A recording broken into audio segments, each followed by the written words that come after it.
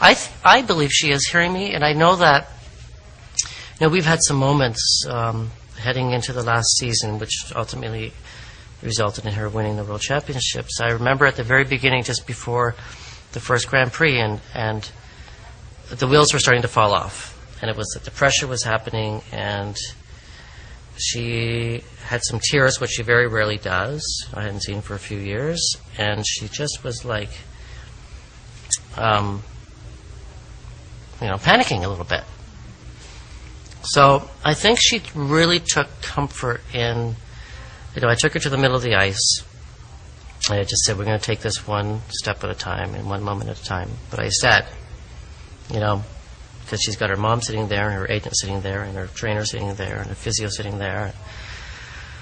So I just said, you know what, there's, nobody else in this building knows what you're going through, except for me. So I said, I pointed to each one of them. I said, she doesn't, he doesn't, he doesn't, she doesn't. They don't know what you're going through, but I know what you're going through. So let's do this together, and let's get through this together, and let's get through this practice, because I said it's hard. And I said, the last thing you want someone to tell you is like, oh, it's going to be okay. Oh, don't worry, it's going to be okay. You know what? I said, we don't know if it's going to be okay. That's, we don't know. So let's regroup, refocus, and let's get through today. Let's not get 6 months down the road. Let's just get through today. And I think I could see that she started to cry and let it out, and then it started to build from there. So it was a big help, I think. It helped me too. Well, at the beginning when I started working with her and going to these competitions, I went as a skater, and I kind of knew my way around beautifully as a skater. But then as a coach, I was like, wow, I really felt like a fish out of water, and I didn't want to pretend that I was a coach of a girl that's, could be a world champion, Olympic champion. And, I went to my first Worlds with her, and she won the short, and she won by 6 or 7 points. I'm like, well, that was easy, But then I was backstage, and it was a small little area. And we were in Japan, and so I could see Nikolai over there and Raphael over there, and they're both very successful coaches. And so I've got one there, and he's got his hands behind his back, and the other one over there like this. So I was like, well, what do I do? Like, how should I be standing, So, and I was like, well, hands in front, well, that doesn't send the right message. Hands on your hips, that's a little bit too cocky. And I was just, and then I'm at the boards, and I could see them, with their athletes and saying stuff, their signals and all their stuff. I'm like, I don't have any stuff. Like, what do I... I was like, and I thought, you know what, Brian, just be yourself.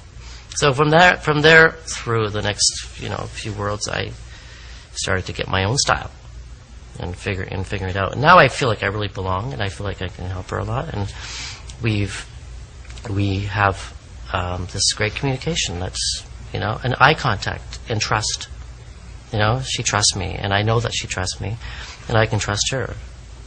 And I don't have to sort of fake communication to get something out of her. I can just tell, and that's nice. And it's nice when you have that understanding of each other. Well, it's been fun, this adventure with Yuna over the course of working with her. When I first worked with her, she was junior, and so she was starting to become, there was some interest in skating. And so we did some shows, and people came, and they loved skating. They loved all the skaters, and they loved Yuna too, and it was nice. And there were a few interviews.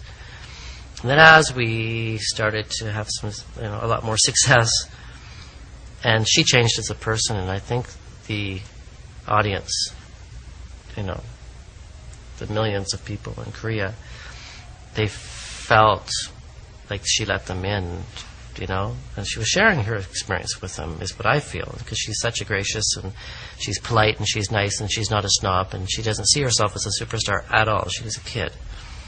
So they, I think, like that, and they can associate themselves with her as as a person who can skate well. And then it just became overwhelming because of the success. And I think when you are the first at something, when you think about, there was the same sort of phenomenon was with Suri Pak, who was the first female golfer to do well in Korea. It was like, wow, crazy. The second one doesn't get as much attention. The first one always does. And Yuna is the first skater. And she's beautiful. And she speaks well. And she's polite and gracious. So I think the fans just ate it up. And everybody knows her. It's fun when you go anywhere. Even in Canada or in the United States, you go to the Korean community, and everybody knows Yuna Kim. Everybody. It's really, it's fascinating, really.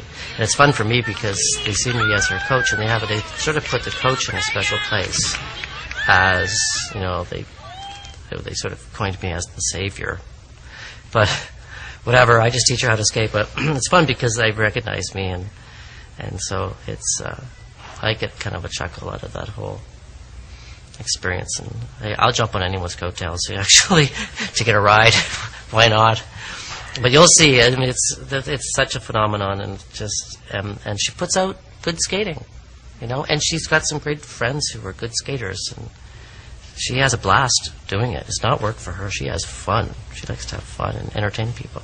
Well, the paparazzi situation happened when we went to Worlds I guess it was in Japan, actually.